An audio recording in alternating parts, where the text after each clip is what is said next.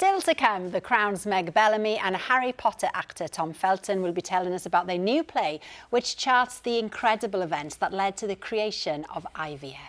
Yes, but first we'll be talking to Steve Pemberton and Reece Shearsmith about the final ever series of Inside Number 9, which starts later tonight. But before they join us, let's have a look. Heard any funny noises coming from in there? Yeah, and we had front row seats. If you hear this door open, I'd hide if I were you. Just tell me what you want. I don't know where to begin. Let me out!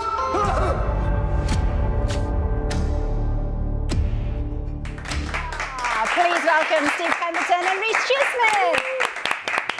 Welcome to the show. Good to see you. Good to see you. Now, you've been a partnership for many years on The League of Gentlemen and Psychoville, but what sets Inside Number 9 apart, Steve?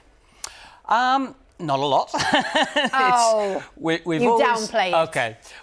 Inside Number 9 is an anthology, so we can go through many different genres week on week. We can do comedy, we can do horror, we can do a bit of drama, as you've just seen in the trailer there. So I think that's what sets it apart. And, you know, we're a bit older now and we're a bit sort of more mature, so we're not dressing up so much as we did in League of Gentlemen. Having said that, I think you've got a clip coming up which shows that I'm in full drag tonight. So we haven't moved on that much. Something to behold. It's something to look forward to. Yes. Well, the fans have been getting in touch, obviously, you know, considering it's the final series. They're pouring out with love. So James says, I will so miss the show. What an amazing achievement to have produced 9 series without ever setting a foot wrong. I mean, there's setting a foot wrong, sorry. There's been so much kind of love for the show. Why finishing on 9 series, Inside Number 9, was it always the plan, essentially? Yeah, I mean, you never know when you've done a series that you're going to get another one. So we would always write 6, and then they'd say, "Oh, can we have 6 more?" And then it went on, and we got to series 7, and we thought, can we get to 9? If we got to 9, that would be the perfect place to stop it. So we did, and we have. Yeah, nice. And obviously, I mean, I get it being the perfect place to end, but was there a reason behind calling it Inside Number 9 in the first place, or was it just it didn't work? It was sort of the alliteration of in number 9. We did start 1, no, 2, no, 3, no, and it took too long, so we came to 9. Good job it's not number 52. I know, yeah. Otherwise, we'd be going for a long time. This is true. Yeah, if it should have been Inside Number 2, we'd have stopped years ago. As you said, though, Steve, you know, you two are in every episode, and then there's an ever-changing cast around you. What can you tell us, without giving too much away, of course, about tonight? Can we just hint at Matthew Kelly? Oh, Matthew. I mean, what a delight it was working with him. You know, we always write the characters first. We never write for particular actors. And when we've got the characters, we just ask our casting director to draw up lists. And we're like kids in a candy store choosing from these great array of actors you've got. So we've got Mark Bonner, who we worked with on Psychoville. We've got Siobhan Finneran, who I was in Benidorm with for many years. We've got Charlie Cooper, Philippa Dunn, Joel Fry, Susan Wacoma, and Matthew Kelly. And we're all on a train. Me and Reece involved as well, and the train gets stuck in a tunnel, and there's an incident happens, and the group of passengers have to deal with it. That's as much as we're willing to say. So even though it's finishing on the telly, it is coming to the West End, which is exciting, and tickets went on sale at 7 o'clock tonight as we came on air. Now, how will it translate to the stage then, Reece? Well, we're still writing it, which is quite scary to think the tickets have gone on sale tonight. It'll be fine. But we expect that we will do some things that people, if they know the show, may recognise. But we were very keen on writing something that would just arrive in the West End and be good regardless of knowing Inside Number 9. So we want to make it a good, funny and scary show, which is why we called it Stage Fright. Yeah, nice. Now, Steve, you are kind of the ultimate masters of suspense. Well, very kind. What is it you love so much about scaring the audience?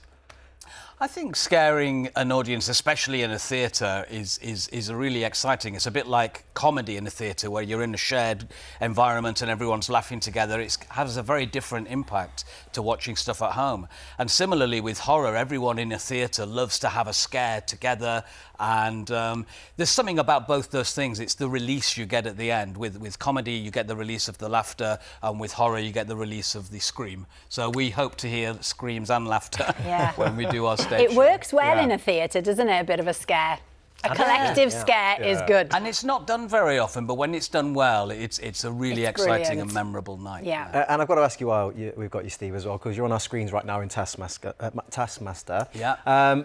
You can't play your character on Taskmaster. You have to play yourself. Is it a bit like exposing, a bit weird just being yourself on a TV show? I did resist it for a little while, and then I thought, do you know what have I got to lose? Yeah. And you can play to your strengths in Taskmaster. So some of the tasks I've done, I've lent into my kind of performing and writing and devising. But you've only got half an hour, so while we sit for hours and hours and weeks and days coming up with our ideas, on Taskmaster you've got to do it in 20 minutes, 30 minutes. So I've just tried to be myself, and it's going okay so far. It's a brilliant show.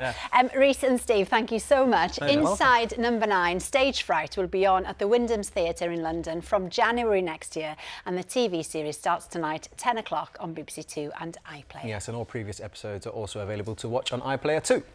And we are joined now, I'm so excited, by 2 actors who are starring in a brand new play which tells the true story of how IVF began right here in the UK. Please welcome Tom Felton and Meg Bellamy.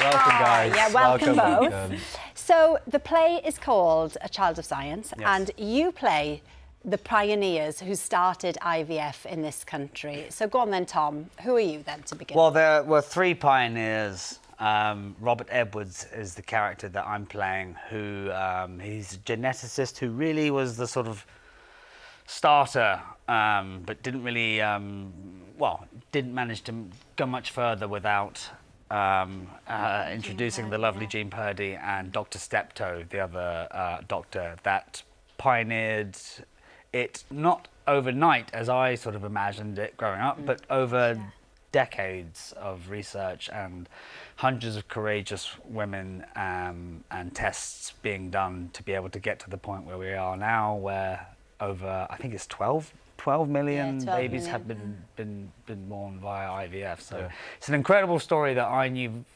quite little about. So to be part of telling it as a character is it's really exciting.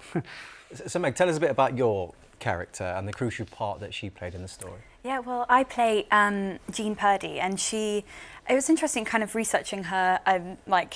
Now know so much about her through the play, but also so little about her, because she really was kind of a forgotten figure in history, and yet was so important to the process of IVF. So that's why I just feel so grateful that Gareth's written this story really as a thank you to all the women involved, the women that volunteered, and also the women that involved in bringing the process to what it is today. So it's really, really exciting and very exciting and both, to be part of. to chip in on that, Gareth, a wonderful writer, and Matthew, a wonderful director, have both had their children through IVF, so they tell the story through the eyes. Yeah, literally, and know their history obviously extensively much better than I do. So I've sort of been fascinated of not only the science but also the human element that makes it. And that is so important, isn't it? Because it's such an emotive subject. To have 2 people leading the cast who have been there and been through it all must be incredibly helpful to you as actors as well. Absolutely.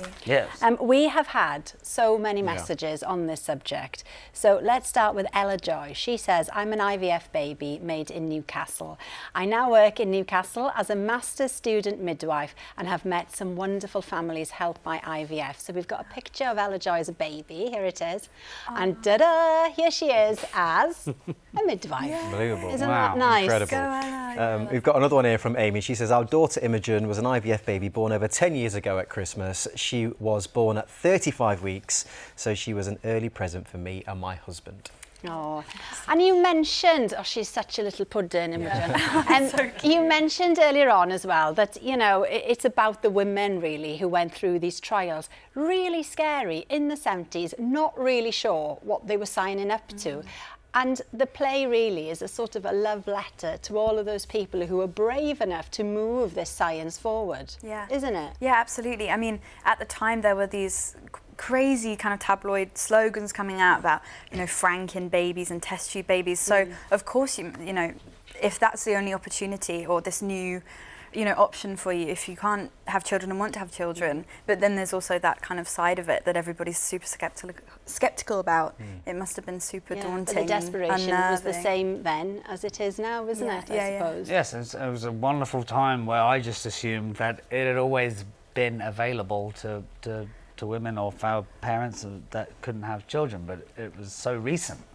I was surprised that I knew more about World War II and sharks via Discovery Channel than I knew about this bringing life to the miracle. You would think it would be a topic.